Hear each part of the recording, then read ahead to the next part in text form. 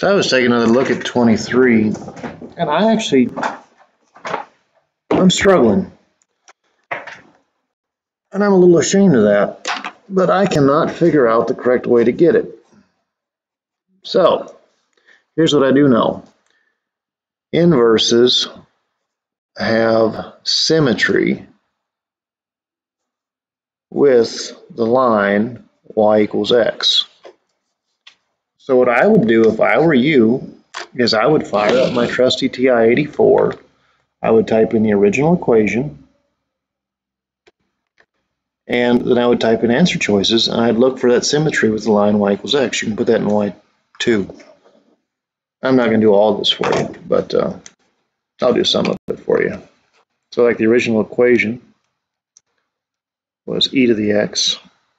And I don't know why, it's just not coming to me on this one. Minus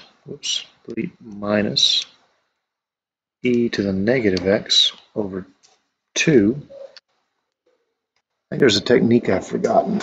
I think you can find an inverse using the quadratic formula, but it's not coming to me. And the whole swapping x and y thing, I was running into dead end after dead end. I'm going to be symmetrical with this one. And I'm just going to take a shot in the dark here. I hope it's not right. I'd be really surprised if it was C. The signs just don't look right.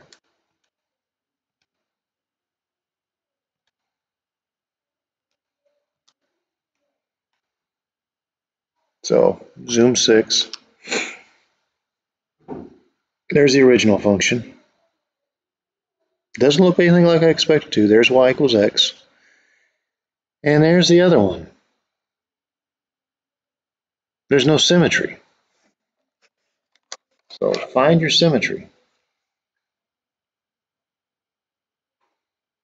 Now, by the way, you're only going to have partial symmetry. You might see this reflected, or you might see this piece reflected. You're not going to see the full you're not going to see full symmetry. You're only going to see half symmetry.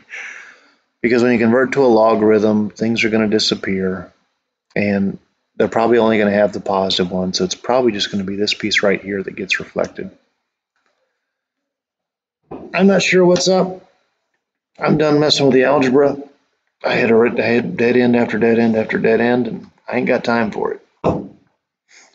Let f of x be 1 minus root of x. What is the domain of f of x? Well, that ought to be fun. This is something compose itself. So first off, f of x is saying find f of 1 minus root x, which means that all of this goes right there. It's kind of a funny looking thing, isn't it?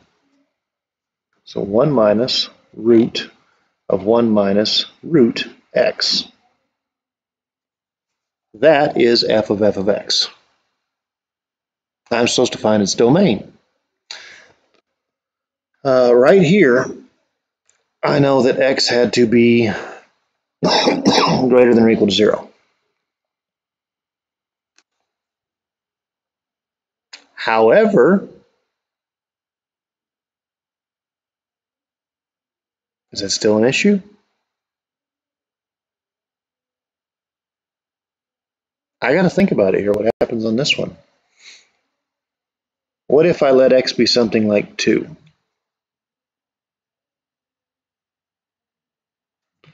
I'll be asking to take the square root of 1 minus the root of 2, which would be 1 minus 1.41 and some decimals, which would be the root of a negative 0.41 and some decimals. X can't be 2. The truth is x cannot exceed 1. X has to be less than or equal to 1, because if I plugged a 1 in, I'd have the square root of 0, which is doable. But if I plugged in anything bigger than 1, it would be undoable. So x has to be less than or equal to 1.